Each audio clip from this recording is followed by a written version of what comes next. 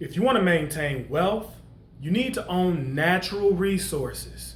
That's a fact that the power elites know and understand very well. Now, how they maintain dominance, they had to educate people backwards. This is how they've been able to condition you to think that fake things are real things, like money. Think about this. How can you expect to buy real things with fake money? For example, gold is 24 carats. Now, if you go to any jewelry store in the country and try to buy 24 karat gold, you can't. It's 10K, 14K all day. Even look at the fruit you buy. Look at your grapes. No seeds. But why is that? Are they worried that you might grow your own vineyard? See, this is what we get when we use fractional money. We get a fraction of something, but not the whole. Even when you buy a bottle of liquor, it's only 40%. What happens to the other 60%? See, we've been tricked. We have been conditioned so that everything we buy is non-renewable. Case in point, most of us go buy eggs every week from the grocery store instead of buying the chicken. That's a backwards mindset.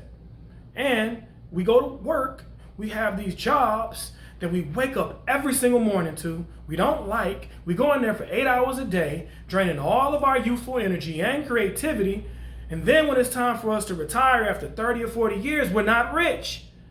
Why? It's because you've been played.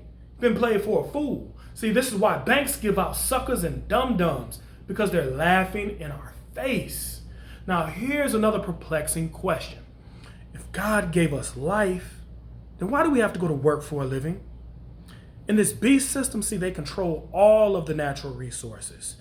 And we're forced to compete and work for resources that God intended to be free. See, you remember that next time you buy water and it rains all the time. You see, our problem is thinking that fake stuff is real, and nowhere in nature have I ever seen bottled water. Here's something else to think about. If God created all of the land that we live on, why do we have to buy land from a bank? How did the banks get all the ownership of the land? The truth is, we own nothing. We are poor because the elite have taken control of all of the natural resources of this planet, and they took it by force. America is one of the richest continents in the world for natural resources. Don't you think that the colonizers knew how rich the Americas was before even coming over here and killing off all of the millions of Native American Indians just to acquire this land? See, let's even look at the islands of Hawaii, which is a land rich in abundant natural resources. So again, it was taken over by colonizers. Now, if you learn your history of Hawaii, you'll probably never eat those pineapples again. Did you know that Mexico is one of the largest producers of silver? See, it's no wonder why half of Mexico was taken and turned into the United States of America after the Mexican-American War. You see, after that war, the U.S. acquired California, Nevada, Utah, New Mexico, Arizona, Oklahoma, Kansas, and Wyoming. Now that's Western expansion. All of those U.S. states or territories once belonged to Mexico. So it's notable to also mention that America attempted to buy California before the war, and Mexico declined. So you know what happened next?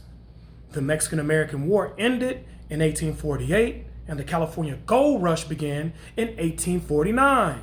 Go 49ers! See, I'm giving you historical facts to prove that America is in fact a corporation, and every corporation has commodities. Now, what is the number one commodity or resource any corporation can have? Well, according to Forbes.com, your people are the biggest resource. So what did the Corporation of America do? They went to Africa, because Africa is the richest continent in the world in natural resources, including the people. That's why you were taken as a resource and sold into slavery. The original stocks and bonds was the Negro, and that's a fact. As we celebrate this Juneteenth in 2022, remember that over 400 years of free labor was provided. After years of slave revolts and the Gullah Wars, the Negro was emancipated. Afterwards, he was given no natural resources as promised for his payment.